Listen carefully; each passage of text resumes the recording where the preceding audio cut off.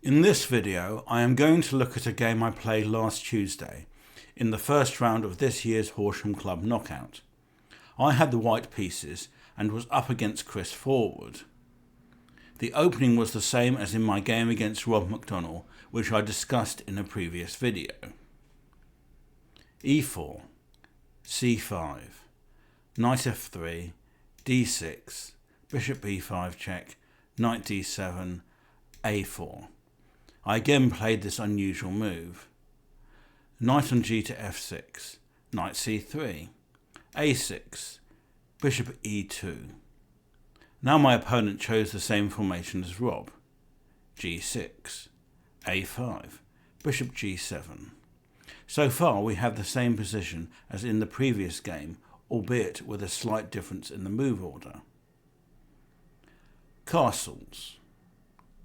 In the previous game, Rob chose queen c7, preparing knight b8 to c6 to attack the white a-pawn.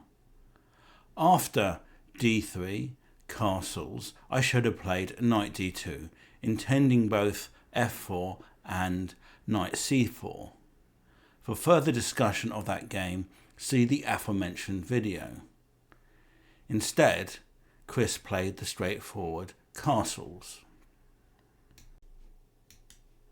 After d3, he aimed for queenside counterplay with b5. This allowed a takes b6, which weakened the black pawn structure, although he gained the open b file as compensation. After knight takes b6, white was now out of book and had to decide on how to continue. The odd-looking queen d2 has been the most popular choice in this position, with the idea to swing the queen over to the king side with queen g5. However, he chose h3, anticipating d5 by black. The idea was to respond, as in the game, with e5 when knight g4 was not an option and the bishop could comfortably settle on f4. Black decided to play d5 in any case, and after e5, knight and f to d7, d4, bishop b7, bishop f4, e6, rook e1, both sides developed their positions logically, with white looking to consolidate his position in the centre and black to create queenside counterplay.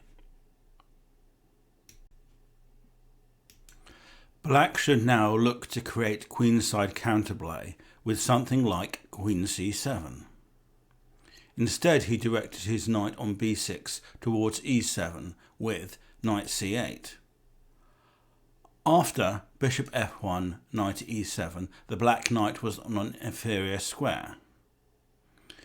Now white should probably have connected his rooks with queen d2 and continued to build his position. However, he looked for play on the queen's side with knight a4, which worked as it provoked an error from black. Now black should have continued c takes d4, followed by queen c7 with counterplay.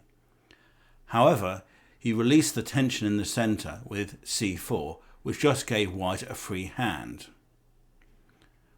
White continued with queen d2. Now black should look for counterplay on the queen's side with bishop c6, knight c3, a5, although his position remains rather cramped. Instead, he played the weaker knight f5, looking for play on the king side, but this does not work.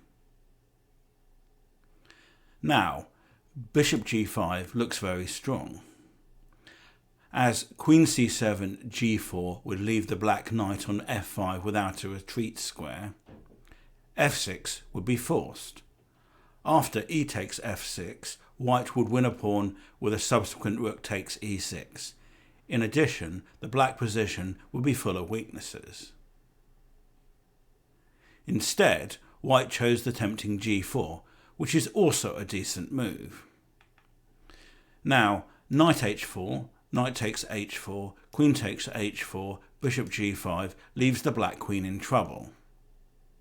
So black just retreated with knight e7. Then white looked to exchange the dark squared bishops with bishop h6, hoping to weaken black on the dark squares. Now black should look for counterplay on the queen's side with bishop c6, knight c3, a5, although his position remains very cramped. White would then need to look for ways to improve his position. However, black instead chose f6, but this just weakens black's position on the dark squares. Bishop takes g7, king takes g7, e takes f6 check, rook takes f6, bishop g2. White's position is overwhelming. Black's pawn on e6 is weak, and there are holes on c5 and e5 which can be exploited by the white knights. Knight f8. Black wanted to cover e6, but this allows white to occupy the holes on c5 and e5 with knight c5, bishop c8, knight e5. Now, rook b8 avoids immediate problems on the long diagonal, but white can increase the pressure with h4, rook takes b2, bishop h3, and black has no defence to g5, attacking both the rook and the e-pawn. Instead, black chose queen d6, but this allowed knight takes c4. White exploits the pin on the long diagonal. Now, d takes c4, bishop takes a8, wins the exchange. So black chose to accept the loss of a pawn with queen b8, knight e5. White now has an overwhelming position with an extra pawn, but there is no immediate win. However, black now made a terrible blunder. Knight c6. He totally overlooked that this piece would now be en prise. Knight takes c6.